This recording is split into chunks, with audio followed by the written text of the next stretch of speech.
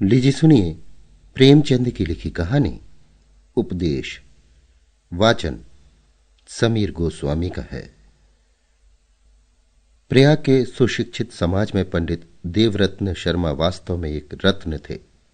शिक्षा भी उन्होंने उच्च श्रेणी की पाई थी और कुल के भी उच्च थे। न्यायशीला गवर्नमेंट ने उन्हें एक उच्च पद पर नियुक्त करना चाहा, पर उन्होंने अपनी स्वतंत्रता का घात करना उचित न समझा। उनके कई शुभ चिंतक मित्रों ने बहुत समझाया कि इस सुअवसर को हाथ से मत जाने दो। सरकारी नौकरी बड़े भाग्य से मिलती है।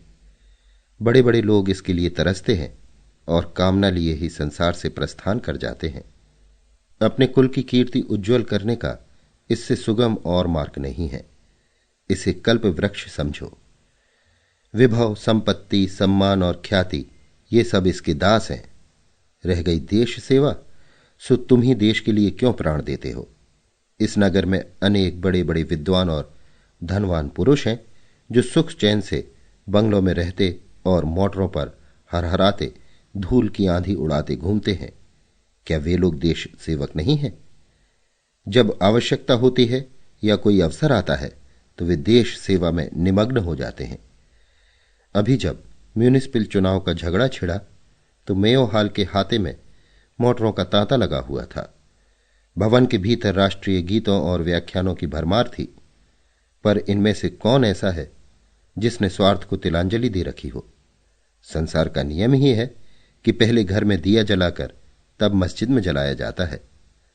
सच्ची बात तो यह है कि ये जातीयता की चर्चा कुछ कॉलेज के विद्यार्थियों को ही शोभा देती है। जब संसार में प्रवेश हुआ तो कहां की जाति और कहां की जातीय चर्चा। संसार की यही रीत है। फिर तुम्ही को काजी बनने की क्या जरूरत। यदि सूक्ष्म दृष्टि से देखा जाए तो सरकारी पद पाकर मनुष्य अपने देश भाइयों की जैसी सच्ची सेवा कर सकता है, वैसी किसी अन्य व्यवस्था से कदापि नहीं कर सकता। एक दयालु दरोगा सैकड़ों जातीय सेवकों से अच्छा है। एक न्यायशील धर्मपरायण मजिस्ट्रेट सहस्त्रों जातीय दानवीरों से अधिक सेवा कर सकता है। इसके लिए केवल हृदय में लगन चाहिए। मनुष्य चाहे जिस अवस्था में हो, देश का हित साधन कर सकता है। इसलिए अब अधिक आगा पीछा न करो, चटपट पद को स्वीकार कर लो। शर्मा जी को और युक्तियां कुछ न जची, पर इस अंतिम युक्ति की सारगर्भिता से वो इनकार न कर सके। लेकिन फिर भी चाहे नियम परायण के कारण, चाहे केवल आलस्य के वश जो बहुधा ऐसी दशा में जातीय सेवा का गौरव पा जाता है, उन्होंने नौकरी से अलग रहने में ही अपना कल्याण समझा। उनके इस स्वार्थ त्याग पर कॉलेज के नवयुवकों ने उन्हें खूब बधाइयां दी। इस आत्म विजय पर एक जातीय ड्रामा खेला गया जिसके नायक हमारे शर्मा जी ही थे। समाज की उच्च श्रेणियों में इस आत्मत्याग की चर्चा हुई और शर्मा जी को अच्छी खासी ख्याति प्राप्त हो गई। इसी से वो कई वर्षों से जातीय सेवा में लीन रहते थे। इस सेवा का अधिक भाग समाचार पत्रों के अवलोकन में बीतता था, जो जातीय सेवा का ही एक विशेष अंग समझा जाता है। इसके अतिरिक्त वो पत्रों के लिए लेख लिखते, सभाएं करते और उनमें फड़कते हुए व्याख्यान देते थे। शर्मा जी फ्री लाइब्रेरी के सेक्रेटरी, स्टूडेंट एसोसिएशन के सभापति, सोशल सर्विस लीग के सहायक मंत्री और प्राइमरी एजुकेशन कमेटी के संस्थापक थे। कृषि संबंधी विषयों से उन्हें विशेष प्रेम था।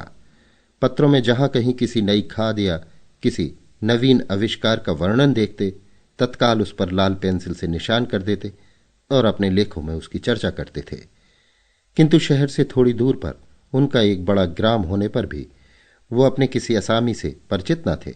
यहां तक कि कभी प्रयाग के सरकारी कृषि क्षेत्र की सैर करने न गए थे। उसी मोहल्ले में एक लाला बाबूलाल रहते थे। वो एक वकील के मुहर्रिर थे। थोड़ी सी उर्दू हिंदी जानते थे और उसी से अपना काम भली भांति चला लेते थे। सूरत शक्ल के कुछ सुंदर न थे। उस शक्ल पर मऊ के चारखाने की लंबी अचकन और भी शोभा देती थी। जूता भी देशी ही पहनते थे। यद्यपि कभी कभी वे कड़वे तेल से उसकी सेवा किया करते, पर वो नीच स्वभाव के अनुसार उन्हें काटने से न चूकता था। बेचारी को साल के 6 महीने पैरों में मलहम लगानी पड़ती। बहुधा नंगे पांव कचहरी जाते, पर कंजूस कहलाने के भय से जूतों को हाथ में ले जाते। जिस ग्राम में शर्मा जी की जमींदारी थी उसमें कुछ थोड़ा सा हिस्सा उनका भी था। इस नाते से कभी कभी उनके पास आया करते थे। हां, तातील के दिनों में गांव चले जाते। शर्मा जी को उनका आकर बैठना नागवार मालूम देता, विशेषकर जब वो फैशनेबल मनुष्यों की उपस्थिति में आ जाते। मुंशी जी भी कुछ ऐसी स्थूल दृष्टि के पुरुष थे कि उन्हें अपना अनमिलापपन बिल्कुल दिखाई न देता। सबसे बड़ी आपत्ति ये थी कि वो बराबर कुर्सी पर डट जाते, मानो हंसों में कौआ।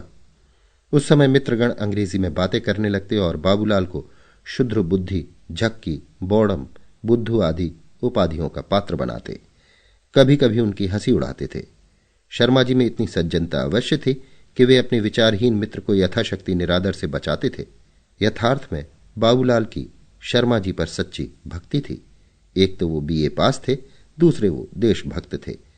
बाबूलाल जैसे विद्याहीन मनुष्य का ऐसे रत्न को आदरणीय समझना कुछ अस्वाभाविक न था। एक बार प्रयाग में प्लेग का प्रकोप हुआ। शहर के रईस लोग निकल भागे। बेचारे गरीब चूहों की भांति पटापट मरने लगे। शर्मा जी ने भी चलने की ठानी, लेकिन सोशल सर्विस लीग के वे मंत्री ठहरे। ऐसे अवसर पर निकल भागने में बदनामी का भय था। बहाना ढूंढा। लीग के प्रायः सभी लोग कॉलेज में पढ़ते थे। उन्हें बुलाकर इन शब्दों में अपना अभिप्राय प्रकट किया। मित्रवृंद, आप अपनी जाति के दीपक हैं। आप ही इस मरणोन्मुख जाति के आशय स्थल हैं। आज हम पर विपत्ति की घटाएं छाई हुई हैं। ऐसी अवस्था में हमारी आंखें आपकी ओर न उठें तो किसकी ओर उठेंगी? मित्र, इस जीवन में देश सेवा के अवसर बड़े सौभाग्य से मिला करते हैं। कौन जानता है कि परमात्मा ने तुम्हारी परीक्षा के लिए ही ये वज्र प्रहार किया हो। जनता को दिखा दो कि तुम वीरों का हृदय रखते हो, जो कितने ही संकट पड़ने पर भी विचलित नहीं होता। हां, दिखा दो कि वो वीर प्रसूनी पवित्र भूमि जिसने हरिश्चंद्र और भरत को उत्पन्न किया आज भी शून्य गर्भा नहीं है। जिस जाति के युवकों में अपने पीड़ित भाइयों के प्रति ऐसी करुणा और ये अटल प्रेम है, वो संसार में सदैव यश कीर्ति की भागी रहेगी। आइए हम कमर बांधकर कर्म क्षेत्र में उतर पड़ें। इसमें संदेह नहीं कि काम कठिन है, राह बीहड़ है। आपको अपने आमोद प्रमोद, अपने हॉकी टेनिस, अपने मिल और मिल्टन को छोड़ना पड़ेगा। तुम जरा हिचकोगे, हटोगे और मुंह फेर लोगे, परंतु भाइयों, जातीय सेवा का स्वर्गीय आनंद सहज में नहीं मिल सकता। हमारा पुरुषत्व, हमारा मनोबल, हमारा शरीर यदि जाति के काम ना आवे तो वो व्यर्थ है। मेरी प्रबल आकांक्षा थी कि शुभ कार्य में मैं तुम्हारा हाथ बटा सकता, पर आज ही देहातों में भी बीमारी फैलने का समाचार मिला है। अतएव मैं यहां का काम अपने सुयोग्य सुदृढ़ हाथों में सौंप कर देहात में जाता हूं कि यथासाध्य देहाती भाइयों की सेवा करूं। मुझे विश्वास है कि आप सहर्ष मातृभूमि के प्रति अपना कर्तव्य पालन करेंगे। इस तरह गला छुड़ाकर शर्मा जी संध्या समय स्टेशन पहुंचे, पर मन कुछ मलिन था। वे अपनी इस कायरता और निर्बलता पर मन ही मन लज्जित थे। संयोगवश स्टेशन पर उनके एक वकील मित्र मिल गए। ये वही वकील थे जिनके आश्रय में बाबूलाल का निर्वाह होता था। ये भी भागे जा रहे थे। बोले, कहिए शर्मा जी, किधर चले? क्या भाग खड़े हुए? शर्मा जी पर घड़ों पानी पड़ गया, पर संभल कर बोले, भागूं क्यों? वकील, सारा शहर क्यों भागा जा रहा है? शर्मा जी, मैं ऐसा कायर नहीं हूं। वकील, यार क्यों बातें बनाते हो? अच्छा बताओ कहां जाते हो? शर्मा जी, देहातों में बीमारी फैल रही है, वहां कुछ रिलीफ का काम करूंगा। वकील, अभी मैं डिस्ट्रिक्ट गजट देख के चला आता हूं। शहर के बाहर कहीं बीमारी का नाम नहीं है। शर्मा जी निरुत्तर होकर भी विवाद कर सकते थे। बोले, गजट आपको देववाणी समझते होंगे, मैं नहीं समझता। वकील, आपके कान में तो आकाश के दूत कह गए होंगे। साफ साफ क्यों नहीं कहते कि जान के डर से भागा जा रहा हूं? शर्मा जी, अच्छा मान लीजिए यही सही, तो क्या पाप कर रहा हूं? सबको अपनी जान प्यारी होती है। वकील, हां, अब आए राह पर। यह मर्दों की सी बात है। अपने जीवन की रक्षा करना शास्त्र का पहला नियम है, लेकिन अब भूल कर भी देशभक्ति की डींग न मारिएगा। इस काम के लिए बड़ी दृढ़ता और आत्मिक बल की आवश्यकता है। स्वार्थ और देशभक्ति में विरोधात्मक अंतर है। देश पर मिट जाने वाले को देश सेवक का सर्वोच्च पद प्राप्त होता है। वाचालता और कोरी कलम घिसने से देश सेवा नहीं होती। कम से कम मैं तो अखबार पढ़ने को ये गौरव नहीं दे सकता। अब कभी बढ़ बढ़कर बातें न कीजिएगा। आप लोग अपने सिवा सारे संसार को स्वार्थांध समझते हैं, इसी से कहता हूं। शर्मा जी ने उद्दंडता का कुछ उत्तर न दिया। घृणा से मुंह फेर कर गाड़ी में बैठ गए। तीसरे ही स्टेशन पर शर्मा जी उतर पड़े। वकील की कठोर बात से खिन्न हो रहे थे। चाहते थे कि उसकी आंख बचाकर निकल जाए, पर देख ही लिया और हंसकर बोला, क्या आपके ही गांव में प्लेग का दौरा हुआ है? शर्मा जी ने कुछ उत्तर न दिया। बहली पर जा बैठे। कई बेगार हाजिर थे। उन्होंने असबाब उठाया। फागुन का महीना था। आमों के बौर से महकती हुई मंद मंद वायु चल रही थी। कभी कभी कोयल की सुरीली तान सुनाई दे जाती थी। खलिहानों में किसान आनंद से उन्मत्त हो होकर फाग गा रहे थे। लेकिन शर्मा जी को अपनी फटकार पर ऐसी गिलानी थी कि इन चित्ताकर्षक वस्तुओं का उन्हें कुछ ध्यान ही न हुआ। थोड़ी देर बाद वे ग्राम में पहुंचे। शर्मा जी के स्वर्गवासी पिता एक रसिक पुरुष थे। एक छोटा सा बाग, छोटा सा पक्का कुआं, बंगला, शिवजी का मंदिर, ये सब उन्हीं के कीर्ति चिन्ह थे। वो गर्मी के दिनों में यहीं रहा करते थे, पर शर्मा जी के यहां आने का पहला ही अवसर था। बेगारियों ने चारों तरफ सफाई कर रखी थी। शर्मा जी बहली से उतरकर सीधे बंगले में चले गए। सैकड़ों असामी दर्शन करने आए थे, पर वो उनसे कुछ न बोले। घड़ी रात जाते जाते शर्मा जी के नौकर टमटम लिए आ पहुंचे। कहार, साइस और रसोईया महाराज तीनों ने असामियों को इस दृष्टि से देखा मानो वो उनके नौकर हैं। साइस ने एक मोटे ताजे किसान से कहा, घोड़े को खोल दो। किसान बेचारा डरता डरता घोड़े के निकट गया। घोड़े ने अनजान आदमी को देखते ही तेवर बदलकर कनौतियां खड़ी की। किसान डरकर लौट आया। तब साइस ने उसे ढकेल कर कहा, बस निरे बछिया के ताऊ ही हो, हल जोतने से क्या अक्ल भी चली जाती है? ये लो घोड़ा टहलाओ। मुंह क्या बनाते हो? कोई सिंह है कि खा जाएगा? किसान ने भय से कांपती हुई रास पकड़ी। उसका घबराया हुआ मुख देखकर हंसी आती थी। पग पग पर घोड़े को चौकन्नी दृष्टि से देखता, मानो वो कोई पुलिस का सिपाही है। रसोई बनाने वाले महाराज एक चारपाई पर लेटे हुए थे। कड़क कर बोले, अरे नौआ कहाँ है? चल पानी वानी ला, हाथ पैर धो दे। कहार ने कहा, अरे किसी के पास जरा सुरती चूना हो तो देना, बहुत देर से तमाकू नहीं खाई। मुख्तार यानी कारिंदा साहब ने इन मेहमानों की दावत का प्रबंध किया। साइस और कहार के लिए पूरियां बनने लगीं। महाराज को सामान दिया गया। मुख्तार साहब इशारे पर दौड़ते थे और दीन किसानों का तो पूछना ही क्या। वे तो बिना दामों के गुलाम थे। सच्चे स्वतंत्र लोग इस समय सेवकों के सेवक बने हुए थे। कई दिन बीत गए। शर्मा जी अपने बंगले में बैठे पत्र और पुस्तकें पढ़ा करते थे। रस्किन के कथनानुसार राजा और महात्माओं के सत्संग का सुख लूटते थे। हॉलैंड के कृषि विधान, अमेरिकी शिल्प वाणिज्य और जर्मनी की शिक्षा प्रणाली आदि गूढ़ विषयों पर विचार किया करते थे। गांव में ऐसा कौन था जिसके साथ बैठते? किसानों से बातचीत करने को उनका जी चाहता, पर न जाने क्यों वे उजड़ अक्खड़ लोग उनसे दूर रहते। शर्मा जी का मस्तिष्क कृषि संबंधी ज्ञान का भंडार था। हॉलैंड और डेनमार्क की वैज्ञानिक खेती, उसकी उपज का परिणाम और वहां के कोऑपरेटिव बैंक आदि गहन विषय उनकी जिह्वा पर थे। पर इन गवारों को क्या खबर? ये सब उन्हें झुककर पालागन अवश्य करते और कतरा कर निकल जाते, जैसे कोई मरकहे बैल से बचे।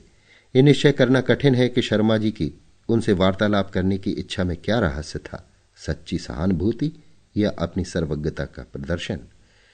शर्मा जी की डाक शहर से लाने और ले जाने के लिए 2 आदमी प्रतिदिन भेजे जाते। वो लुई कूने की जल चिकित्सा के भक्त थे। मेवों का अधिक सेवन करते थे। एक आदमी इस काम के लिए भी दौड़ाया जाता था। शर्मा जी ने अपने मुख्तार से सख्त ताकीद कर दी थी कि किसी से मुफ्त काम न लिया जाए। तथापि शर्मा जी को यह देखकर आश्चर्य होता था कि कोई इन कामों के लिए प्रसन्नता से नहीं जाता। प्रतिदिन बारी बारी से आदमी भेजे जाते थे। वे इसे भी बेगार समझते थे। मुख्तार साहब को प्रायः कठोरता से काम लेना पड़ता था। शर्मा जी किसानों की इस शिथिलता को मुटमर्दी के सिवा और क्या समझते। कभी कभी वो स्वयं क्रोध से भरे हुए अपने शांति कुटीर से निकल आते और अपनी तीव्र वाक शक्ति का चमत्कार दिखाने लगते थे। शर्मा जी के लिए घोड़े के लिए घास चारे का प्रबंध भी कुछ कम कष्टदायक न था।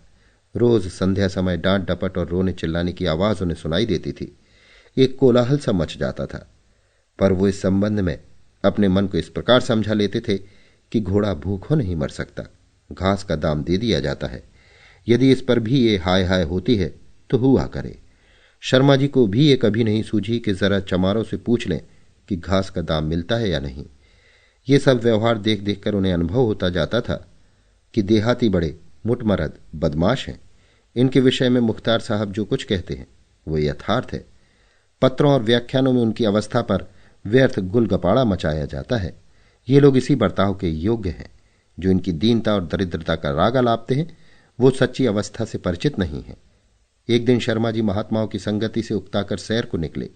घूमते फिरते खलिहानों की तरफ निकल गए। वहां आम के वृक्ष के नीचे किसानों की गाढ़ी कमाई के सुनहरे ढेर लगे हुए थे। चारों ओर भूसे की आंधी सी उड़ रही थी। बैल अनाज का एक गाल खा लेते थे। ये सब उन्हीं की कमाई है। उनके मुंह में आज चाबी देना बड़ी कृतज्ञता है। गांव के बढ़ई, चमार, धोबी और कुम्हार अपना वार्षिक कर उगाहने के लिए जमा थे। एक और नट ढोल बजा बजा कर अपने कर्तव्य दिखा रहा था। कविश्वर महाराज की अतुल काव्य शक्ति आज उमंग पर थी। शर्मा जी इस दृश्य से बहुत प्रसन्न हुए, परंतु इस उल्लास में उन्हें अपने कई सिपाही दिखाई दिए जो लठ लिए अनाज के ढेरों के पास जमा थे। पुष्प वाटिका में ठूठ जैसा भद्दा दिखाई देता है अथवा ललित संगीत में जैसे कोई बेसुरी तान कानों को अप्रिय लगती है, उसी तरह शर्मा जी की सहृदयतापूर्ण दृष्टि में ये मंडराते हुए सिपाही दिखाई दिए। उन्होंने निकट जाकर एक सिपाही को बुलाया। उन्हें देखते ही सबके सब पगड़ियां संभालते दौड़े। शर्मा जी ने पूछा, तुम लोग यहां इस तरह क्यों बैठे हो? एक सिपाही ने उत्तर दिया, सरकार, हम लोग असामियों के सिर पर सवार न रहें तो एक कौड़ी वसूल न हो। अनाज घर में जाने की देर है, फिर वो सीधे बात भी ना करेंगे। बड़े सरकश लोग हैं। हम लोग रात की रात बैठे रहते हैं। इतने पर भी जहां आंख झपकी ढेर गायब हुआ। शर्मा जी ने पूछा, तुम लोग यहां कब तक रहोगे? एक सिपाही ने उत्तर दिया, हुजूर, बनियों को बुलाकर अपने सामने अनाज तौलाते हैं।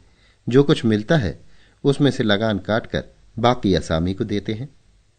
शर्मा जी सोचने लगे, जब ये हाल है तो इन किसानों की अवस्था क्यों ना खराब हो। ये बेचारे अपने धन के मालिक नहीं हैं। उसे अपने पास रखकर अच्छे अवसर पर नहीं बेच सकते। इस कष्ट का निवारण कैसे किया जाए? यदि मैं इस समय इनके साथ रियायत कर दूं तो लगान कैसे वसूल होगा? इस विषय पर विचार करते हुए वहां से चल दिए।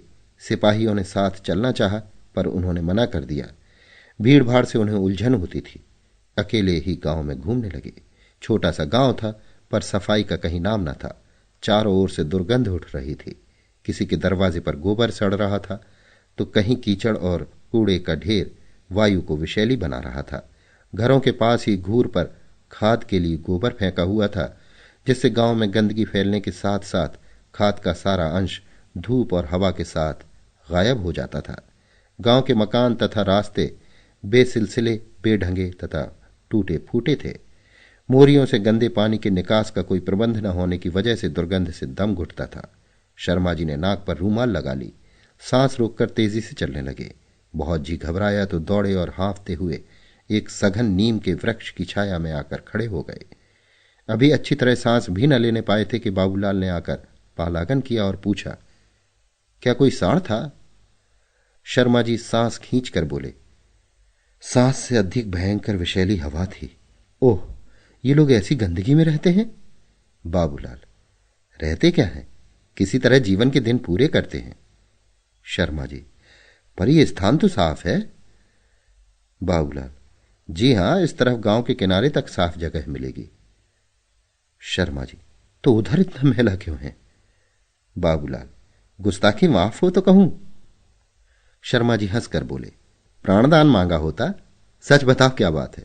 एक तरफ ऐसी स्वच्छता और दूसरी तरफ वो गंदगी।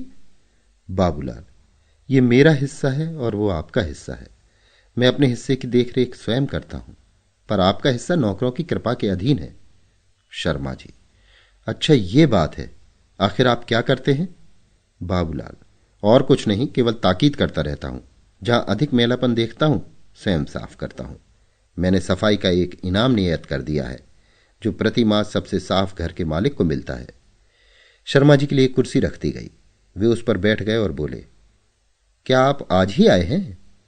बाबूलाल, जी हां, कल तातील है। आप जानते ही हैं कि तातील के दिन मैं भी यहीं रहता हूं। शर्मा जी, शहर का क्या रंग ढंग है? बाबूलाल, वही हाल, बल्कि और भी खराब। सोशल सर्विस लीग वाले भी गायब हो गए। गरीबों के घरों में मुर्दे पड़े हुए हैं। बाजार बंद हो गए। खाने को अनाज नहीं मिलता है। शर्मा जी, भला बताओ तो, ऐसी आग में मैं वहां कैसे रहता? बस लोगों ने मेरी ही जान सस्ती समझ रखी है। जिस दिन मैं यहां आ रहा था, आपके वकील साहब मिल गए। बेतरह गरम हो पड़े। मुझे देशभक्ति के उपदेश देने लगे। जिन्हें कभी भूल कर भी देश का ध्यान नहीं आता, वे भी मुझे उपदेश देना अपना कर्तव्य समझते हैं। कुछ ही देशभक्ति का दावा है। जिसे देखो वही तो देश सेवक बना फिरता है। जो लोग 100 रुपए अपने भोग विलास में फूंकते हैं, उनकी गणना भी जाति सेवकों में है। मैं तो फिर भी कुछ ना कुछ करता हूं। मैं भी मनुष्य हूं, कोई देवता नहीं। धन की अभिलाषा अवश्य है।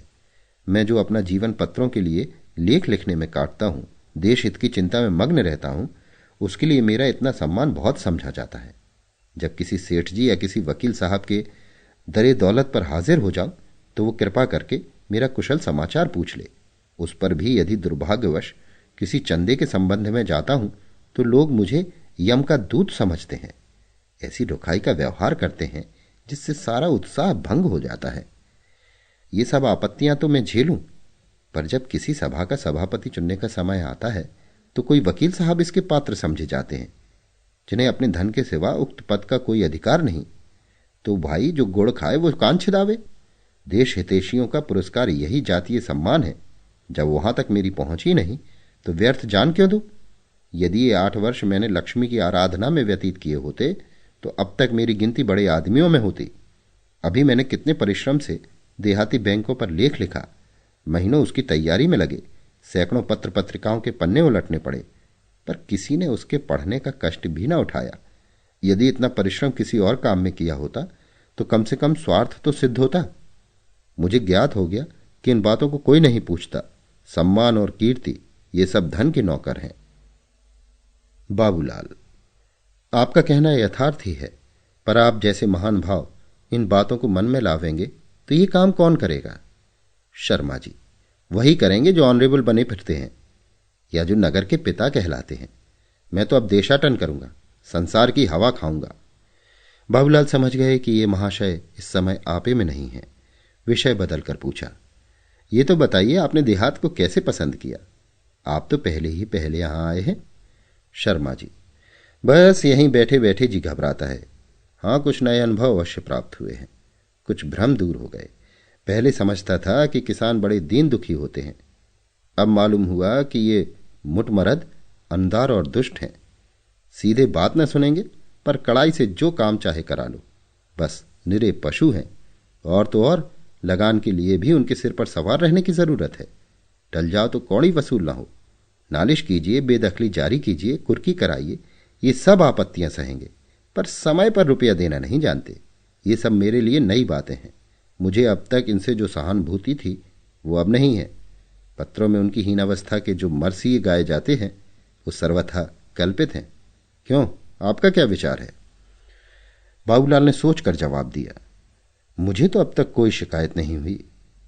मेरा अनुभव यह है कि ये लोग बड़े शीलवान, नम्र और कृतज्ञ होते हैं, परंतु उनके ये गुण प्रकट में नहीं दिखाई देते। उनमें मिलिए और उन्हें मिलाइए, तब उनके जौहर खुलते हैं। उन पर विश्वास कीजिए, तब वो आप पर विश्वास करेंगे। आप कहेंगे इस विषय में अग्रसर होना उनका काम है, और आपका ये कहना उचित भी है। लेकिन शताब्दियों से वो इतने पीसे गए हैं, इतनी ठोकरें खाई हैं, कि उनमें स्वाधीन गुणों का लोप सा हो गया है। जमींदार को वो एक हौवा समझते हैं, जिनका काम उन्हें निगल जाना है। वो उनका मुकाबला नहीं कर सकते, इसलिए छल और कपट से काम लेते हैं, जो निर्धनों का एकमात्र आधार है। पर एक बार आप उनके विश्वास पात्र बन जाइए, फिर आप कभी उनकी शिकायत न करेंगे। बाबूलाल ये बातें कर ही रहे थे कि कई चमारों ने घास के बड़े बड़े गट्ठे लाकर डाल दी और चुपचाप चले गए। शर्मा जी को आश्चर्य हुआ। इसी घास के लिए इनसे बंगले पर हाय हाय होती है, और यहां किसी को खबर भी नहीं हुई। बोले, आखिर अपना विश्वास जमाने का कोई उपाय भी है? बाबूलाल ने उत्तर दिया, आप स्वयं बुद्धिमान हैं। आपके सामने मेरा मुंह खोलना धृष्टता है। मैं इसका एक ही उपाय जानता हूं। उन्हें किसी कष्ट में देखकर उनकी मदद कीजिए। मैंने उन्हीं के लिए वैद्यक सीखा, और एक छोटा मोटा औषधालय अपने साथ रखता हूं। रुपया मांगते हैं तो रुपया, अनाज मांगते तो अनाज देता हूं, पर सूद नहीं लेता। इससे मुझे गिलानी होती है। दूसरे रूप में सूद अधिक मिल जाता है। गांव में 2 अंधी स्त्रियां और 2 अनाथ लड़कियां हैं, उनके निर्वाह का प्रबंध कर दिया है। होता सब उन्हीं की कमाई से है, पर नेक नामी मेरी होती है। इतने में कई आसामी आए और बोले, भैया पोत ले लो। शर्मा जी ने सोचा, इसी लगान के लिए मेरे चपरासी खलिहान में चारपाई डालकर सोते हैं और किसानों को अनाज के ढेर के पास फटकने नहीं देते, और वही लगान यहां इस तरह आप से आप चला आता है। बोले, ये सब तो तभी हो सकता है जब जमींदार आप गांव में रहें। बाबूलाल ने उत्तर दिया, जी हां, और क्यों।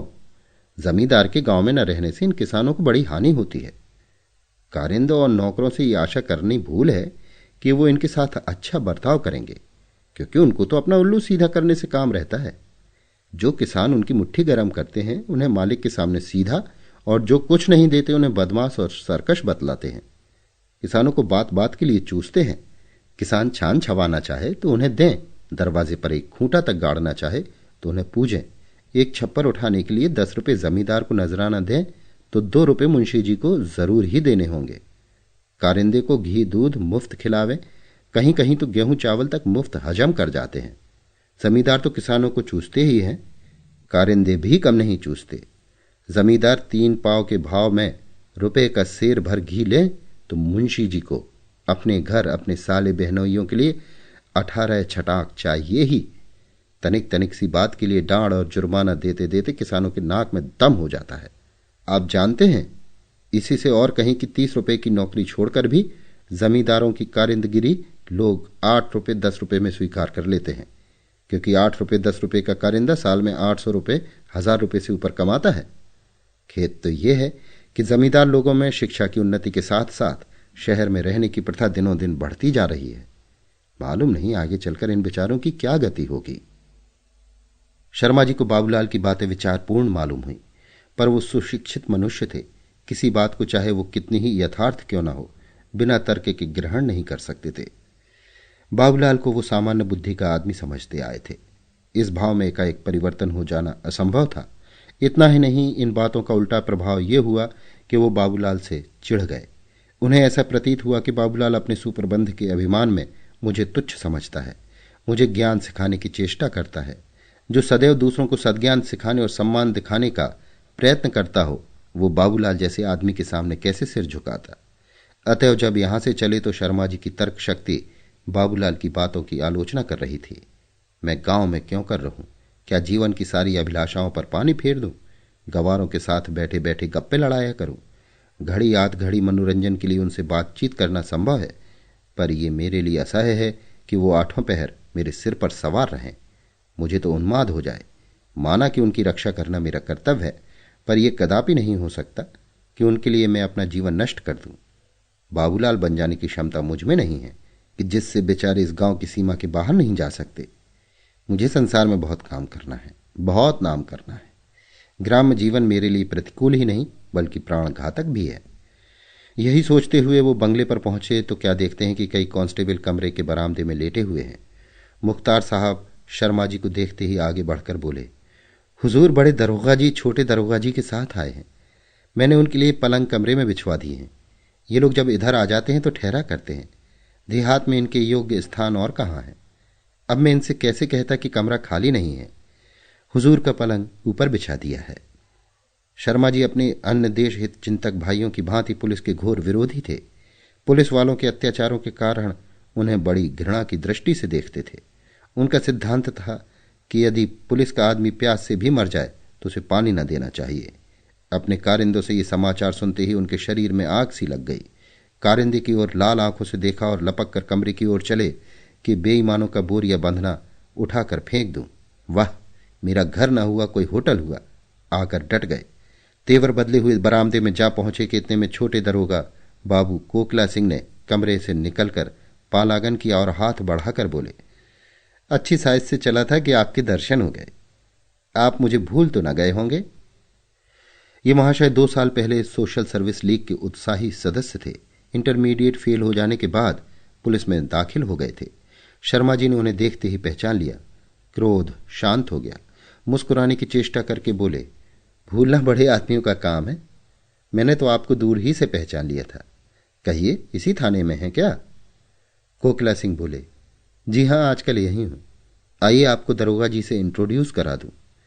भीतर आराम कुर्सी पर लेटे दरोगा जुल्फिकार अली खां हुक्का पी रहे थे।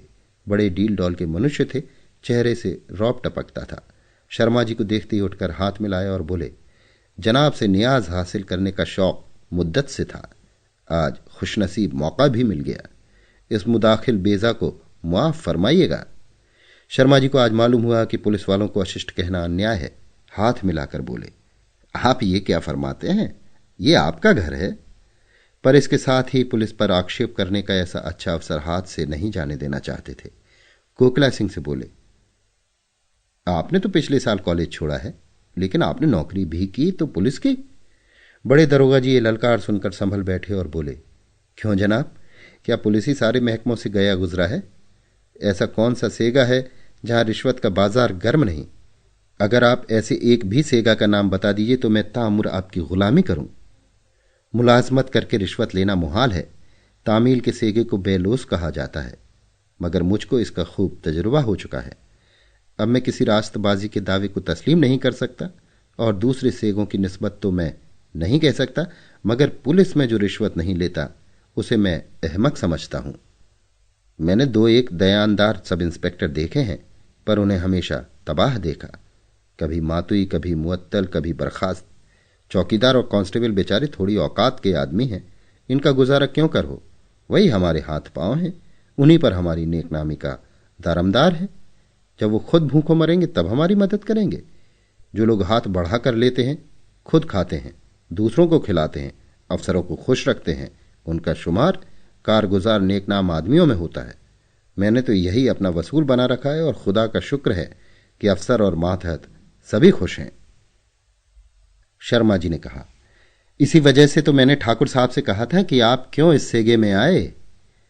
जुल्फिकार अली खां गरम होकर बोले, आए तो महकमे पर कोई एहसान नहीं किया। किसी दूसरे सेगे में होते तो अभी ठोकरें खाते होते, नहीं तो घोड़े पर सवार नौशा बने घूमते हैं। मैं तो सच्ची बात कहता हूं, चाहे किसी को अच्छी लगे या बुरी। इनसे पूछिए, हराम की कमाई अकेले आज तक किसी को हजम हुई है? ये नए लोग जो आते हैं, उनकी ये आदत होती है कि जो कुछ मिले अकेले ही हजम कर लें। चुपके चुपके लेते हैं और थाने के अहलकार मुंह ताकते रह जाते हैं। दुनिया की निगाह में ईमानदार बनना चाहते हैं, पर खुदा से नहीं डरते। अभी जब हम खुदा ही से नहीं डरते तो आदमियों का क्या खौफ? ईमानदार बनना है तो दिल से बनो, सच्चाई का सौंग क्यों भरते हो? ये हजरत छोटी छोटी रकमों पर गिरते हैं। मारे गरूर के किसी आदमी से राय तो लेते नहीं। जहां आसानी से 100 रुपए मिल सकते वहां 500 रुपए में बुलबुल हो जाते हैं। कहीं दूध वाले के दाम मार लिए, कहीं अज्जाम के पैसे दबा लिए, कहीं बनिए से निरख के लिए झगड़ बैठे। ये अफसरी नहीं, लुच्चापन है। गुनाह बेलज्जत, फायदा तो कुछ नहीं, बदनामी मुफ्त। मैं बड़े बड़े शिकारों पर निगाह रखता हूं, ये पिद्दी और बटेर मातहतों के लिए छोड़ देता हूं। हलफ से कहता हूं, गरज बुरी शय है। रिश्वत देने वालों से ज्यादा अहमक अंधे आदमी दुनिया में न होंगे। ऐसे कितने ही उल्लू आते हैं जो महज चाहते हैं कि मैं उसके किसी पट्टीदार या दुश्मन को दो चार खरी खोटी सुना दूं। कई ऐसे बेईमान जमींदार आते हैं जो ये चाहते हैं कि वो असामियों पर जुल्म करते रहें और पुलिस दखल न दे। इतने ही के लिए वो सैकड़ों रुपए मेरी नजर करते हैं और खुशामद घालू में। ऐसे अक्ल के दुश्मनों पर रहम करना हिमाकत है। जिले में मेरे इस इलाके को सोने की खान कहते हैं। इस पर सबके दांत रहते हैं। रोज एक न एक शिकार मिलता रहता है। जमींदार निरे जाहिल लंठ जरा जरा सी बात पर फौजदारी कर बैठते हैं। मैं तो खुदा से दुआ करता रहता हूं कि ये हमेशा इसी जहालत के गढ़े में पड़े रहें। सुनता हूं कोई साहब आम तालीम का सवाल पेश कर रहे हैं। उस भले मानुस को ना जाने क्या धुने। शुक्र है कि हमारी आली फहम सरकार ने नामंजूर कर दिया। बस इस सारे इलाके में एक यही आपका पट्टीदार अलबत्ता समझदार आदमी है। उसके यहां मेरी या और किसी की दाल नहीं गलती। और लुत्फ ये कि कोई उससे नाखुश नहीं, बस मीठी मीठी बातों से मन भर देता है। अपने असामियों के लिए जान देने को हाजिर। और हलफ से कहता हूं कि अगर जमींदार होता तो इसी शख्स का तरीका अख्तियार करता। जमींदार का फर्ज है कि अपने असामियों को जुल्म से बचाए, उन पर शिकारियों का वार न होने दे। बेचारे गरीब किसानों की जान के तो सभी ग्राहक होते हैं। और हलफ से कहता हूं उनकी कमाई उनके काम नहीं आती। उनकी मेहनत का मजा हम लूटते हैं। यूं तो जरूरत से मजबूर होकर इंसान क्या नहीं कर सकता, पर हक यह है कि इन बेचारों की हालत वाकई रहम के काबिल है। और जो शख्स उनके लिए सीना सिपर हो सके, उसके कदम चूमने चाहिए। मगर मेरे लिए तो वही आदमी सबसे अच्छा है जो शिकार में मेरी मदद करे। शर्मा जी ने इस बकवास को बड़े ध्यान से सुना। वो रसिक मनुष्य थे, इसकी मार्मिकता पर मुग्ध हो गए। सहृदयता और कठोरता के ऐसे विचित्र मिश्रण से उन्हें मनुष्यों के मनोभावों का एक कौतूहलजनक परिचय प्राप्त हुआ। ऐसी वक्तृता का उत्तर देने की कोशिश करना व्यर्थ था। बोले, क्या कोई तहकीकात है या महज गश्त? दरोगा जी बोले, जी नहीं, महज गश्त। आजकल किसानों के फसल के दिन हैं, यही जमाना हमारी फसल का भी है। शेर को भी तो मान में बैठे बैठे शिकार नहीं मिलता, जंगल में घूमता है। हम भी शिकार की तलाश में हैं। किसी पर खुफिया फरोशी का इल्जाम लगाया, किसी को चोरी का माल खरीदने के लिए पकड़ा, किसी को हमल हराम का झगड़ा उठाकर फांसा। अगर हमारे नसीब से डाका पड़ गया तो हमारी 5 उंगलियां घी में समझिए। डाकू तो नोच खसोट कर भागते हैं, असली डाका हमारा पड़ता है। आसपास के गांव में झाड़ाई फेर देते हैं। खुदा से शबो रोज दुआ करते हैं कि परवरदिगार कहीं से रिजक भेज, झूठे सच्चे डाके की खबर आवे। अगर देखा कि तकदीर पर शाकिर रहने से काम नहीं चलता तो तदबीर से काम लेते हैं। जरा से इशारे की जरूरत है, डाका पड़ते क्या देर लगती है। आप मेरी साफगोई पर हैरान होते होंगे। अगर मैं अपने सारे हथगंडे बयान करूं तो आप यकीन न करेंगे। और लुत्फ ये कि मेरा शुमार जिले के निहायत होशियार कारगुजार दयानतदार सब इंस्पेक्टरों में है। फर्जी डाके डलवाता हूं, फर्जी मुलजिम पकड़ता हूं, मगर सजाएं असली दिलवाता हूं। शहादतें ऐसी गढ़ता हूं कि कैसा ही बैरिस्टर का चचा क्यों ना हो, उन्हें गिरफ्तार नहीं कर सकता। इतने में शहर से शर्मा जी की डाक आ गई।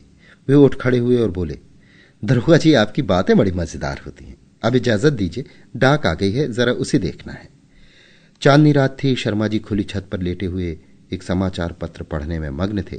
अकस्मात कुछ शोरगुल सुनकर नीचे की तरफ झांका तो क्या देखते हैं कि गांव के चारों तरफ से कांस्टेबलों के साथ किसान चले आ रहे हैं। बहुत से आदमी खलिहान की तरफ से बड़बड़ाते आते थे। बीच बीच में सिपाहियों की डांट फटकार की आवाजें भी कानों में आती थीं। ये सब आदमी बंगले के सामने सहन में बैठते जाते थे। कहीं कहीं स्त्रियों का आर्तनाद भी सुनाई देता था।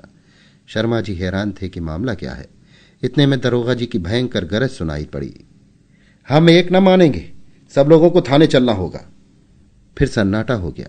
मालूम होता था कि आदमियों में कानाफूसी हो रही है।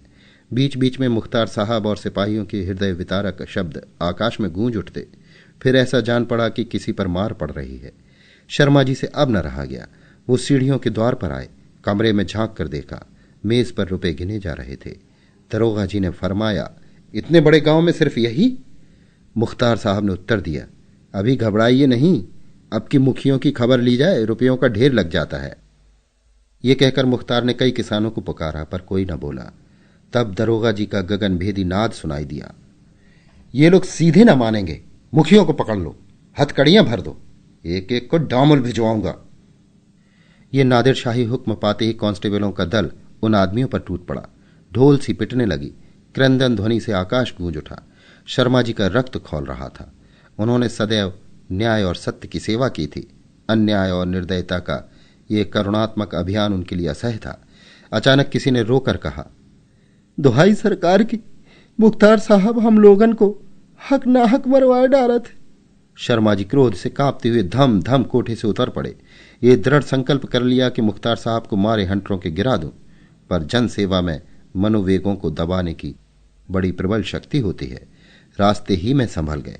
मुख्तार को बुलाकर कहा, मुंशी जी, आपने ये क्या गुलगपाड़ा मचा रखा है?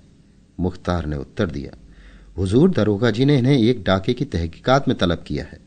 शर्मा जी बोले, जी हां, इस तहकीकात का अर्थ मैं खूब समझता हूं। घंटे भर से इसका तमाशा देख रहा हूं। तहकीकात हो चुकी या कसर बाकी है? मुख्तार ने कहा, हुजूर, दरोगा जी जाने, मुझे क्या मतलब। दरोगा जी बड़े चतुर पुरुष थे। मुख्तार साहब की बातों से उन्होंने समझा कि शर्मा जी का स्वभाव भी अन्य जमींदारों की सदृश है, इसलिए वो बेखटके थे। पर इस समय उन्हें अपनी भूल ज्ञात हुई।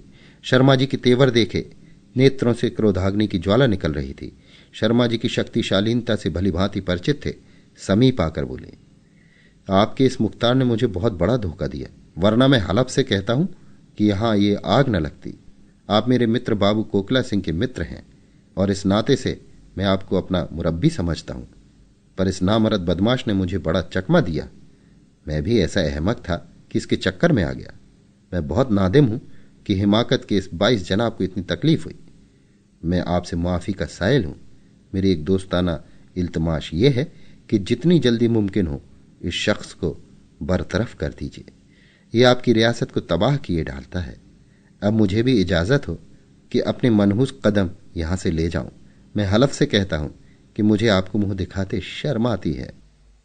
यहां तो ये घटना हो रही थी, उधर बाबूलाल अपने चौपाल में बैठे हुए इसके संबंध में अपने कई असामियों से बातचीत कर रहे थे। शिवदीन ने कहा, भैया आप जाके दरोगा जी को काहे नहीं समझावत हो?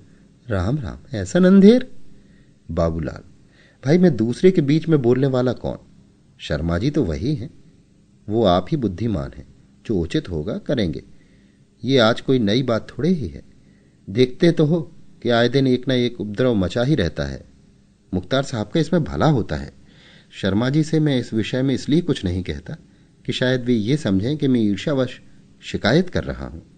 रामदास ने कहा, शर्मा जी कोठा पर हैं और नीचू बेचारन मार परत है। देखा नहीं जात है।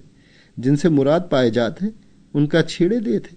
मौका तो जान परत है कि तहकीकात सहकीकात सब रुपयन के खातिर कीन जात है। बाबूलाल, और काहे के लिए की जाती है? दरोगा जी ऐसे ही शिकार ढूंढा करते हैं। लेकिन देख लेना, शर्मा जी अब की मुख्तार साहब की जरूर खबर लेंगे। वो ऐसे वैसे आदमी नहीं है कि ये अंधेर अपनी आंखों से देखें और मौन धारण कर लें। हाँ, ये तो बताओ कि अब की कितनी ऊख बोई है?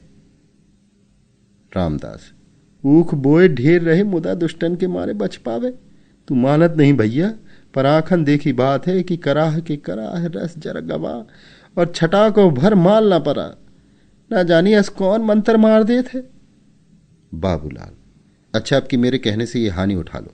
देखूं ऐसा कौन बड़ा सिद्ध है जो कराही का रस उड़ा देता है। जरूर इसमें कोई ना कोई बात है।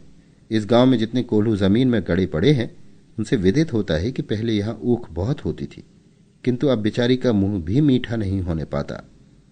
शिवदीन, अरे भैया हमारे होश में ये सब कोल्हू चलत रहे हैं। माघ पूस में रात भर गांव में मेला लगा रहत रहा। पर जब से ये नासनी विद्या फैली है तब से कोऊ का ऊख के नेरे जाए का हियाव नहीं परत है। बाबूलाल, ईश्वर चाहेंगे तो फिर वैसी ही ऊख लगेगी। अब की मैं इस मंत्र को उलट दूंगा। भैया ये तो बताओ, अगर ऊख लग जाए और माल पड़े तो तुम्हारी पट्टी में 1000 का गुड़ हो जाएगा? हरखू ने हंसकर कहा, भैया कैसी बात करते हो? 1000 तो 5 बीघा में मिल सकत है। हमारी पट्टी में 25 बीघा से कम ऊख नहीं था। कुछ न पड़े तो 2500 कहूं नहीं गए हैं। बाबूलाल, तब तो आशा है कि कोई 50 रुपए बयाई में मिल जाएंगे। ये रुपए गांव की सफाई में खर्च होंगे। इतने में एक युवा मनुष्य दौड़ता हुआ आया और बोला, भैया वो तहकीकात देखे गए रहली। दरोगा जी सबका डांटत मारत रहे। देवी मुखिया बोला, मुख्तार साहब हमको चाहे काट डारो, मुदा हम एक कोड़ी न देवे। थाना कचहरी जहां कहो चले के तैयार है। ई सुन के मुख्तार लाल हो गए। 4 सिपाहिन से कहें कि यही का पकड़ के खूब मारो। तब देवी चिल्लाए चिल्लाए रोवे लागत। इतने में शर्मा जी कोठी पर से खटखट उतरेन और मुख्तार को लगे डांटे। मुख्तार ठाणे झूर होए गए। दरोगा जी धीरे से घोड़ा मंगवाए के भागेन। मनई शर्मा जी का सीसत चला जात है। बाबूलाल, ये तो मैं पहले ही कहता था कि शर्मा जी से ये अन्याय न देखा जाएगा। इतने में दूर से एक लालटेन का प्रकाश दिखाई दिया। एक आदमी के साथ शर्मा जी आते हुए दिखाई दिए। बाबूलाल ने असामियों को वहां से हटा दिया, कुर्सी रखवा दी और बढ़कर बोले, आपने इस समय क्यों कष्ट किया? मुझको बुला लिया होता। शर्मा जी ने नम्रता से उत्तर दिया, आपको किस मुंह से बुलाता? मेरे सारे आदमी वहां पीटे जा रहे थे। उनका गला दबाया जा रहा था और आप पास न फटके। मुझे आपसे मदद की आशा थी। आज हमारे मुख्तार ने गांव में लूट मचा दी। मुख्तार की और क्या कहूं, बेचारा थोड़ी औकात का आदमी है। खेत तो यह है कि आपके दरोगा जी भी उसके सहायक थे। कुशल ये थी कि मैं वहां मौजूद था। बाबूलाल, बहुत लज्जित हूं कि इस अवसर पर आपकी कुछ सेवा न कर सका, पर बात यह है कि मेरे वहां जाने से मुख्तार साहब और दरोगा दोनों ही अप्रसन्न होते। मुख्तार मुझसे कई बार कह चुके हैं कि आप मेरे बीच में न बोला कीजिए। मैं आपसे कभी गांव की दशा इस भय से न कहता था कि शायद आप समझें कि मैं ईर्ष्या के कारण ऐसा कहता हूं। यहां ये कोई नई बात नहीं है। आए दिन ऐसी घटनाएं होती रहती हैं, और कुछ इसी गांव में नहीं जिस गांव को देखी यही दशा है। इन सब आपत्तियों का एकमात्र कारण यह है कि देहातों में कर्मपरायण विद्वान और नीतिज्ञ मनुष्यों का अभाव है। शहर के सुशिक्षित जमींदार, जिनके उपकार की बहुत कुछ आशा की जाती है, सारा काम कारिंदों पर छोड़ देते हैं। रहे देहात के जमींदार, सो निरक्षर और भट्टाचार्य हैं। अगर कुछ थोड़े बहुत पढ़े भी हैं तो अच्छी संगति न मिलने के कारण उनमें बुद्धि का विकास नहीं। कानून के थोड़े से दफे सुना लिए हैं, बस उसी की रट लगाया करते हैं। मैं आपसे सत्य कहता हूं, मुझे जरा भी खबर होती तो मैंने आपको सचेत कर दिया होता। शर्मा जी: खैर, ये बला तो टली, पर मैं देखता हूं कि इस ढंग से काम न चलेगा। अपने असामियों को आज इस विपत्ति में देखकर मुझे बड़ा दुख हुआ। मेरा मन बार बार मुझको इन सारी दुर्घटनाओं का उत्तरदाता ठहराता है। जिनकी कमाई खाता हूं, जिनकी बदौलत टमटम पर सवार होकर रईस बना घूमता हूं, उनके कुछ स्वत्व भी तो मुझ पर हैं। मुझे अब अपनी स्वार्थांधता स्पष्ट दिख पड़ती है। मैं आप अपनी ही दृष्टि में गिर गया हूं। मैं सारी जाति के उद्धार का बीड़ा उठाए हुए हूं। सारे भारतवर्ष के लिए प्राण देता फिरता हूं, पर अपने घर की खबर ही नहीं। जिनकी रोटियां खाता हूं उनकी तरफ से इस तरह उदासीन हूं। अब इस दुरवस्था को समूल नष्ट करना चाहता हूं। इस काम में मुझे आपकी सहायता और सहानुभूति की जरूरत है। मुझे अपना शिष्य बनाइए। मैं याचक भाव से आपके पास आया हूं। इस भार को संभालने की शक्ति मुझ में नहीं। मेरी शिक्षा ने मुझे किताबों का कीड़ा बनाकर छोड़ दिया और मन के मोदक खाना सिखाया। मैं मनुष्य नहीं किंतु नियमों का पोथा हूं। आप मुझे मनुष्य बनाइए। मैं अब यहीं रहूंगा, पर आपको भी यहीं रहना पड़ेगा। आपकी जो हानि होगी उसका भार मुझ पर है। मुझे सार्थक जीवन का पाठ पढ़ाइए। आपसे अच्छा गुरु मुझे न मिलेगा। संभव है कि आपका अनुगामी बनकर मैं अपना कर्तव्य पालन करने योग्य हो जाऊं। अभी आप सुन रहे थे प्रेमचंद की लिखी कहानी उपदेश। वाचन समीर गोस्वामी का था।